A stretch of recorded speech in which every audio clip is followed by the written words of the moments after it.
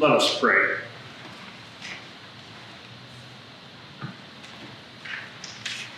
Almighty God of goodness and love, through rejection, cross-bearing, and suffering, your Son accomplished our salvation.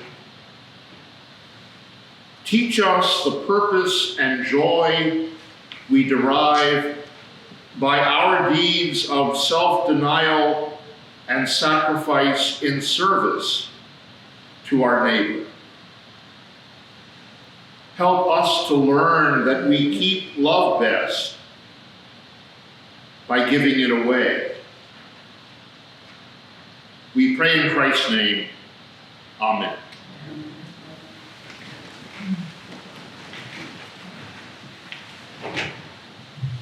Today's gospel text from Mark is the center and the core of the Gospel of Mark in two ways. First, these verses from the 8th chapter stand at the dead center of the 16 chapters in the Gospel. Secondly, though, and more significantly and importantly, Peter's confession that Jesus is the Messiah marks the major shift and transition in Mark from Jesus' ministry of opposing all that oppresses God's people as Jesus heals and feeds and casts out demons and even raises a woman's daughter from death, to Jesus' journey to Jerusalem and his cross. In today's reading, Jesus foretells of the rejection and the suffering and the death that he will face and endure in Jerusalem, but also that he will be raised from death on the third day. This is the first of three instances in Mark's gospel where Jesus foretells his passion. Now, when Peter confesses that Jesus is the Messiah of God, he gets the title right. But he doesn't have a clue to what that title actually means.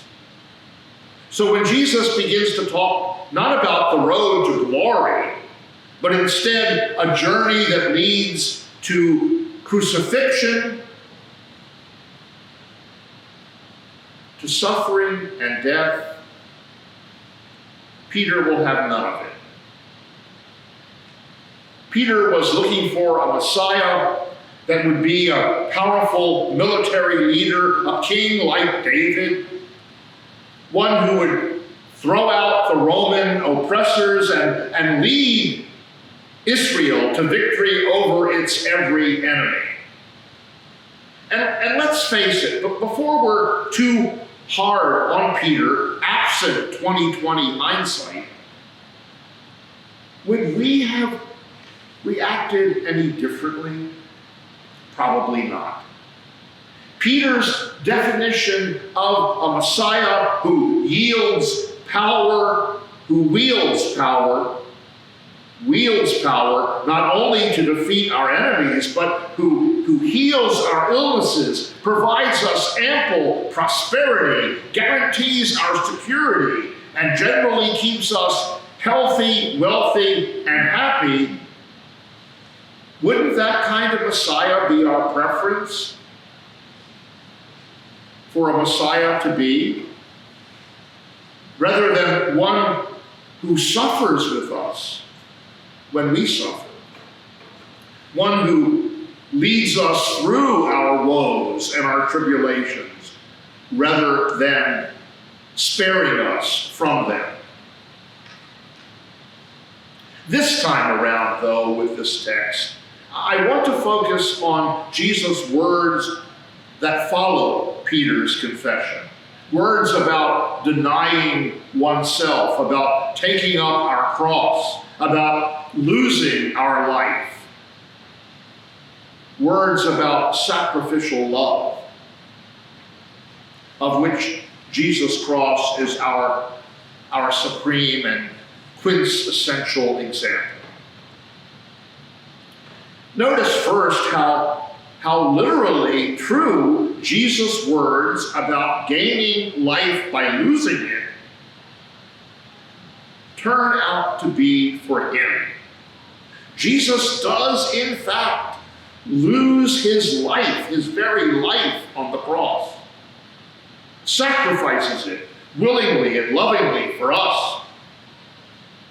But then actually finds it.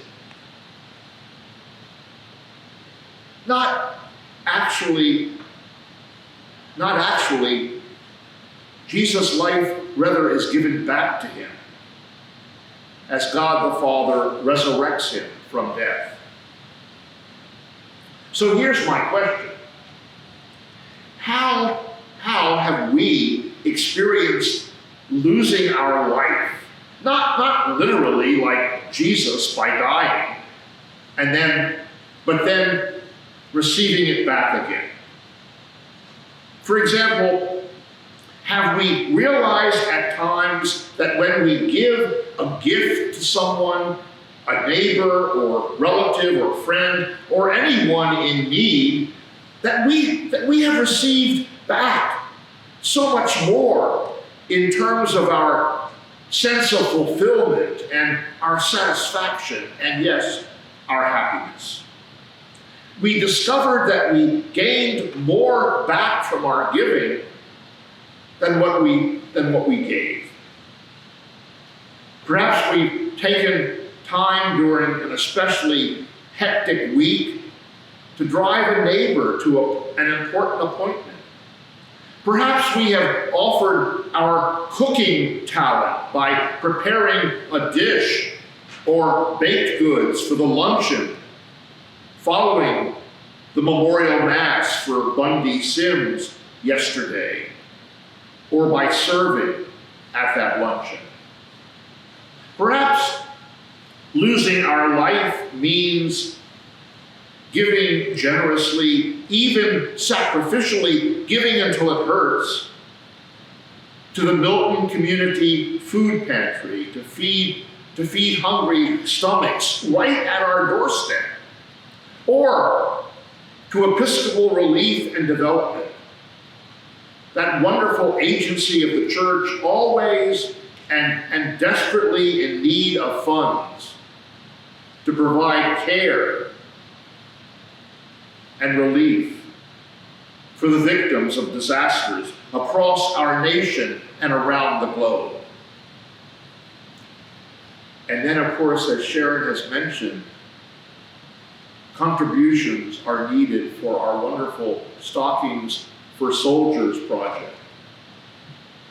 You can write your checks for any of these worthwhile charities and place them in the offering plate, or you can give online, making sure to designate the charity to which you're giving. Or you can make out your check to the Episcopal Church of St. John the Baptist, noting the contribution either for the food pantry or Stockings for Soldiers or Episcopal Relief and Development.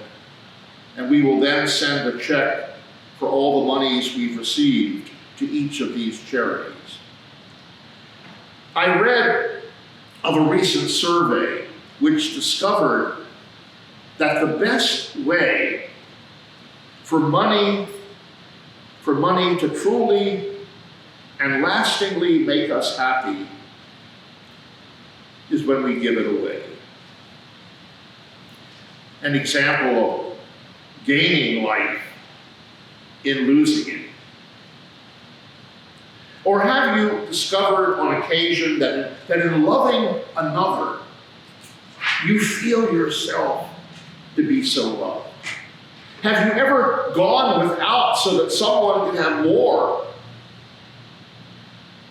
and then felt richly gratified and fulfilled as a result? Or have you learned that there's no better way to gain a friend than first to be a friend? Have you learned that unexpected rewards come through sacrificial sharing? Now, the kingdom of this world teaches us from a very early age that the only way to find purpose and meaning and fulfillment in life is by getting and grasping and gaining.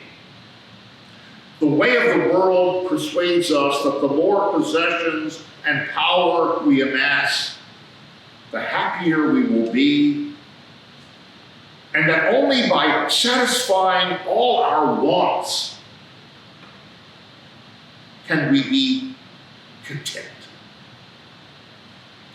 until we're not. And against all this, Jesus comes and urges us to give of ourselves, to put others first, to take up burdens on behalf of them, to find, yes, purpose and receive joy in the giving. In teaching his followers about self-denial and cross-bearing, Jesus isn't wanting us to be less happy or less fulfilled. Quite the opposite. Jesus is wanting us to find the real and the abundant life, the kind of life the world can't begin to understand or imagine. The meaningful, fulfilling, and yes, the joy-filled life that comes through sacrificial love given to another. In the name of the Father, and of the Son, and of the Holy Spirit. Amen.